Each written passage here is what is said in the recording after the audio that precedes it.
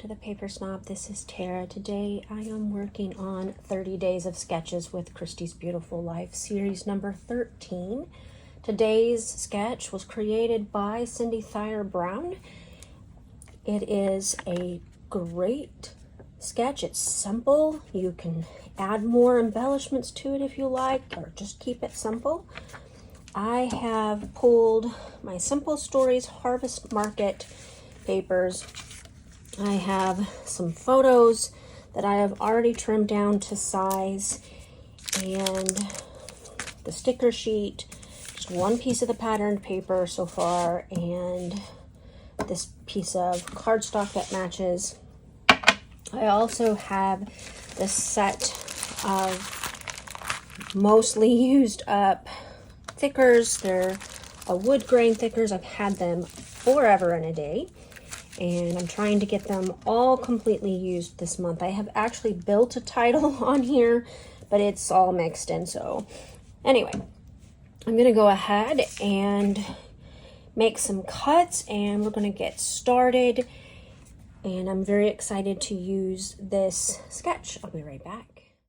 The very first thing I'm going to do is I'm going to prep this piece of pattern paper to be used as my main background. I'm actually going to mat this cardstock with it. And so the first thing I'm going to do is I'm going to take off about 1/4 of an inch off two sides, because I'm wanting to use the scalloped border from that sticker sheet in Harvest Market, and it is roughly 11¼ inches long rather than just 12 inches. So the first thing I'm going to do is I'm going to stick that sticker border on the top of my cardstock, and then I'm going to make sure it's even, and I will trim off that little bit of an excess. It's a little bit shorter than 11¾ and it'll be fine. I just wanted to make sure that I didn't overcut the cardstock and have the cardstock too short. So I'm going to trim off about the same on the bottom as well.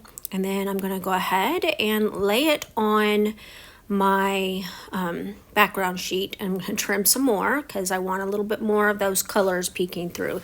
This is a very busy piece of patterned paper, and that is the reason why I'm using it as a mat, because it will bring in all of the colors from the collection, but it won't hurt your eyeballs with its busyness.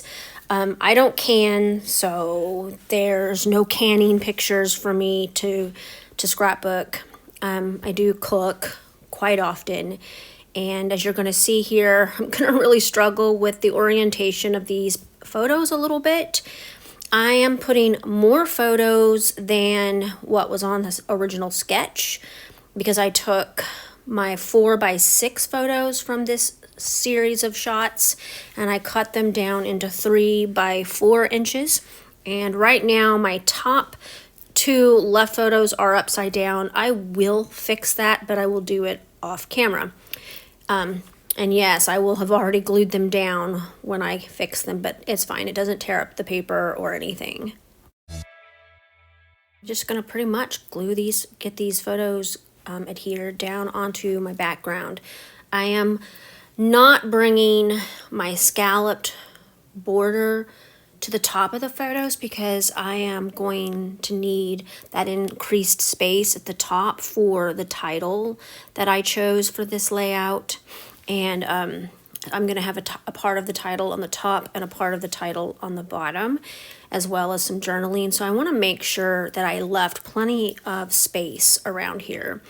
And these are, again, photos from Groovebook, and they're not only are they not matte, which is my preference, they are also just terrible photos. And so here's where I figure out somehow I've managed to cut my photos incorrectly, and I have to retrim this one, and then I struggle with getting it on there. It just, every time I put it down, it looks upside down. I switch it, it still looks upside down. So I hate when that happens, and because I don't have any digital files of these photos, I can't go back to the original and see how they were taken. So I'm just gonna guess, and I'm gonna keep trimming this photo down until I get it to the size that I want it. and then I'm going to get it on here, and then we're going to start embellishing this layout. Like I said, this is a very simple sketch, and during 30 days of sketches, I absolutely appreciate a simple sketch because sometimes you need simple so that you can continue on and get these done. So now I'm going to have to take that lower right photo down and cut off just a little bit of it as well. So for this moment, I am pretty happy with the placement of the photos. I've got them all glued down, and now I'm just going to start playing with bits and pieces. I'm going to go ahead and put my title up here. I am titling this layout Fall Baking. These items were actually baked for Thanksgiving. They are some of the same desserts that I bake every year for my family. Because we are a military family and because we can't always afford to go home during the holidays, we tend to just have our family over, and if we're lucky, we have friends that come and join us as well. When we first get moved into a new location, though, we don't really know anybody, so we can't invite many people over. But I always make all the desserts because I want my kids to remember Thanksgiving and all of the fun foods and stuff that, you know, you typically see at a family meal. So going back to the embellishments, I'm layering up these stickers here, and I'm going to use my powder tool to take the stickiness off because I'm not sure if I'm going to put them up on foam adhesive yet, and I don't want to put them down and risk ripping them or my photos or my pattern paper. I really want to use that phrase that says homemade bread. I know it's not, you know, yeast rolls or a loaf of regular bread, but it is pumpkin bread and banana bread with chocolate chips. So, you know, we gotta have homemade bread. So I'm just kind of making some really small embellishment clusters here. I'm going to put one of these up on this foam adhesive. So I'm gonna lay it down for a minute, and then I'm gonna get this foam adhesive on it. And once I get the adhesive on it where I want it, I'm going to go ahead and use that powder tool on the back of it again, and I'll use liquid glue to glue these stickers down. It is not true that you can't use adhesive on something that you've used the powder tool. That is actually false. I do this all the time, but I just use liquid glue to get it done. So I'm kind of tapping my finger, deciding what I want to do next, and I realize that I really want a little bit more color on this layout. Now, of course, you could just peel these photos up and you could mat them on a nice pinkish cardstock to bring out the pink in the background. But me, instead, I'm going to poke all of these holes and I'm going to stitch with a kind of a hot pink thread that matches the pink color in this Harvest Market. Now, I'm not going to stitch everything on camera. I just stitch a few little holes for you so you can see what I'm doing, and then I'm going to go ahead and stitch everything else off camera. Alright, I've got all the stitching done, and now I'm going to just start gluing things down. I picked up one of my journaling labels, I cut it out, and I went ahead and added the journaling on it, and I put some foam adhesive on the back of it, and I'm going to tuck that little sticker element that you saw me build earlier underneath it. And then I'm going to go ahead and get my title partially glued down. I'm going to start at the top with the word fall, and then I'll come and do the baking at the bottom. I know that that flower cluster is going to go there, so I just kind of laid it there. It's not glued down yet, but I will glue it down.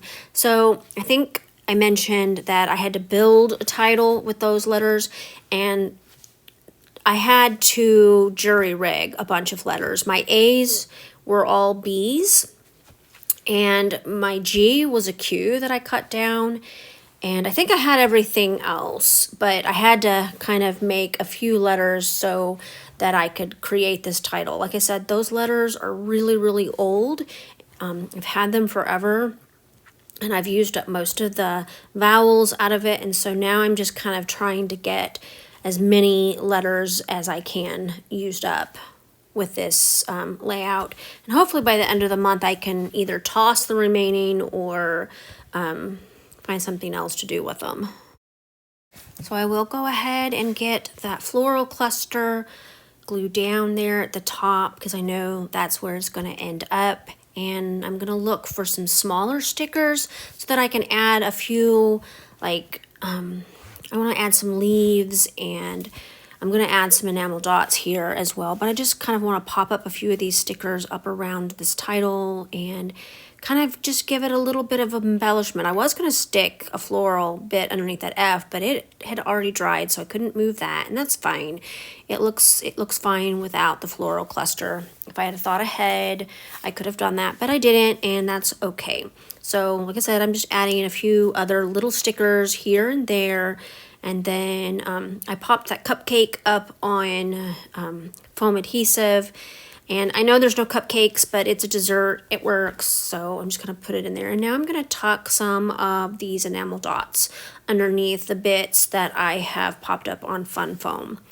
I love enamel dots, but you know what? I find that I don't always grab them. So for this layout, I did make sure that I absolutely grabbed the matching ones that went with this set. All right, I got this layout completely finished. I really had to finagle these letters to make this title. Both of these were D's. This actually was a Q. The rest of the letters I had in place, but that set of letters is about to be finished. And then I layered some stickers up. I used a journaling label. I did the hand stitching. I did some of that on camera for you. I added that up on top.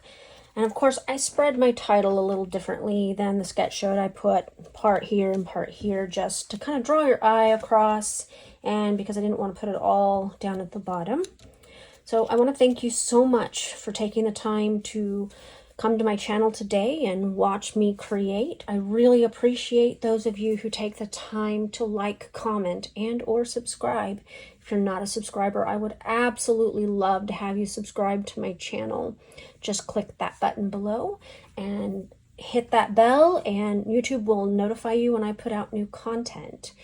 Make sure that you check that playlist that's down below. It's good for all month long, and there are so many wonderful creators. There's at least 19 to 20 of us creating on that playlist, maybe even more at this point. So you're going to have lots and lots of watch time. You have a great rest of your day. Bye.